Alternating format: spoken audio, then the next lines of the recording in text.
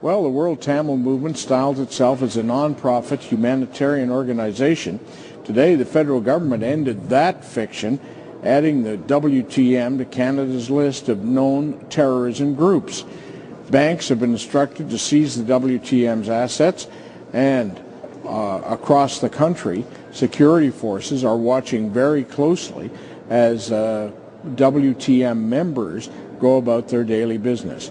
In just a few minutes, we'll be speaking to the Minister of Public Safety, Stockwell Day, and to Colin Freeze, who's a terrorism expert with the Globe and Mail.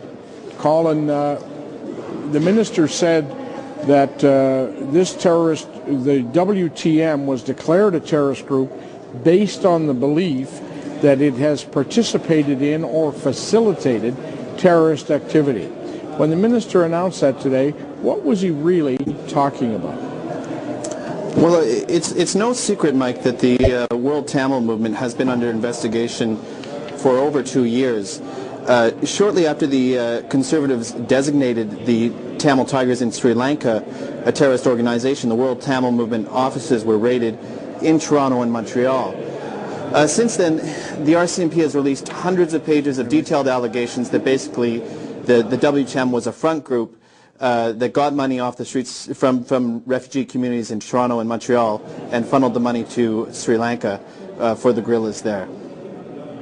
So this would be like somebody coming to your door and saying, I'm collecting for this charity. What happened to people of Tamil descent in Toronto and in other Canadian cities when or if they refused? There's a fairly active and ongoing debate about whether this fundraising amounted to extortion or whether it was voluntary. What is known, according to the RCMP evidence, is that the Tamils who went back to Sri Lanka, who didn't kick in for the cause, would find themselves known to the Tamil Tigers, and they would try to extract money from them there. There was a lot of pressure put on the local community here to, as I said, kick in for the cause.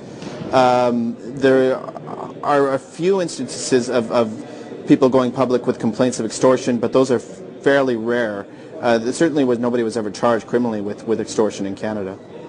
Colin, let me ask you to stand by for a second, and we'll bring the Minister in here. They seem to have put out a pretty good story, Mr. Minister, that they're just seeking voluntarily. Privately, what kind of reports were our security forces getting about the kind of persuasive methods that were used? When does it cross the line from being persuasion to extortion? Well, it is a fine line, Mike, but I can tell you that we have accounts of people who let us know that they feel the pressure is very real.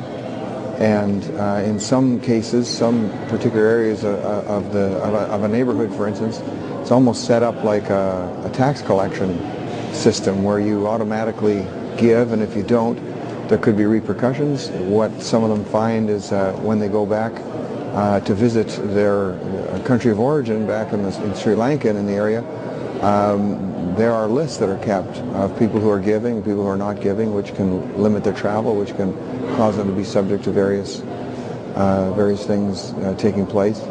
So it's this significant. Money, which they claim is being used for humanitarian purposes, is being used to buy weapons, arms, and so on? There's enough evidence that it's been amassed now. It's sort of the RCMP and our different investigative security forces do the work, incrementally gaining more and more evidence so that they can bring us to a time like today when we can actually list this group as a terrorist group. That has to stand up if it's challenged. And any group that is listed as a terrorist entity, they do have the right to challenge it. They can take that to a court and have it appealed. So I can tell you the evidence is significant that these funds are going to the World Tamil Movement and funds are being channeled to terrorist activities. We know that just since the beginning of 2008, the first 6 weeks alone of 2008, in Sri Lanka, there was over 106 people. These are innocent citizens who are killed, railway stations and in public places. That's called terrorism, and we can't have Canadian dollars flowing out to assist in any way that kind of activity. Now, there seems to be a debate about whether they're humanitarian or terrorist, because after all, Here we had two senior Liberals, Maria Minna, who was a member of the cabinet, Paul Martin, who was a senior member of the Chrétien government. They both went and spoke and endorsed these people at a Tamil dinner, despite the fact that CSIS had said, oh, we think you should stay away. Have we now got more evidence than obviously they had? Because presumably they wouldn't want to have anything to do with a terrorist organization, but they were there, had their pictures taken, the whole 9 yards. So do you now know more than they knew? We know as much as, and we know more since then because we've put more resources into our intelligence agencies and into our security agencies. That was an area that the previous government largely was neglectful of. But when you have your intelligence people coming to you and saying, stay away from this event, or the money from that event is going to go to fundraising of terrorism, then you have to ask yourself, why would you attend if your security services are giving you ample evidence that you shouldn't be going?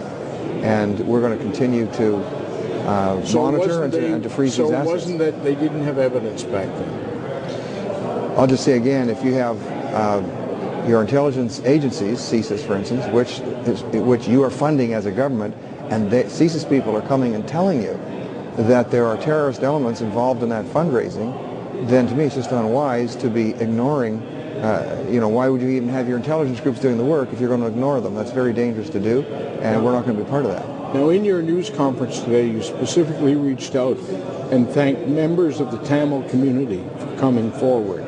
How much of that is going on? How much is this group feeling under the thumb of these radicals, and they're looking for our help and protection?